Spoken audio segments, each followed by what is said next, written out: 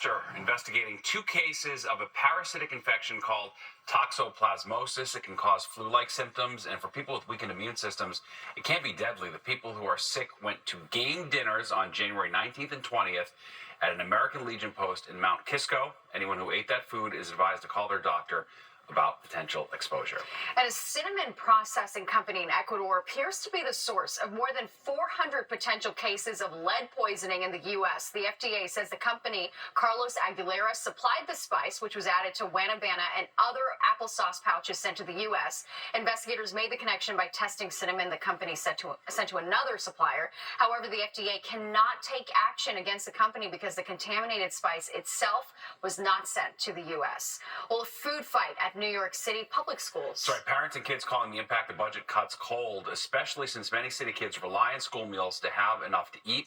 Fox 5's Arthur Chan has more.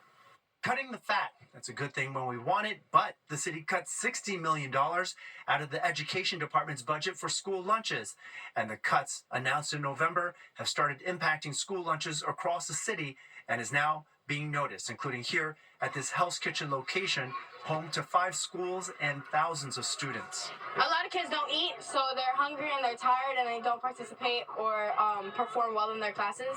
It really drains them out. If I'm hungry and stuff, and usually we get snack, but sometimes people don't eat or there's no snack at all.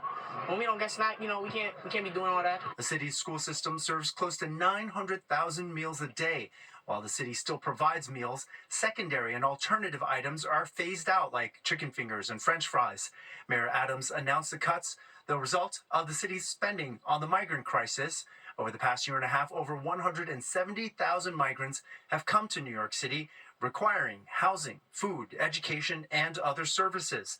The cause of the cuts is driving a wedge. There's certainly a lot of frustration and I think confusion about where these cuts are coming from and why. The food changes are the subject of a Chalkbeat article by reporter Michael Elson Rooney. He says many worry about its impact on students being able to learn. They're more tired, they're less able to focus in class throughout the day, they have headaches or stomach aches, they have less energy. And all of that affects learning and their ability to take advantage of being in school. So here's where it gets confusing. The education department says despite the cut to the food budget, all of that money is being replaced by incoming funds from the federal government.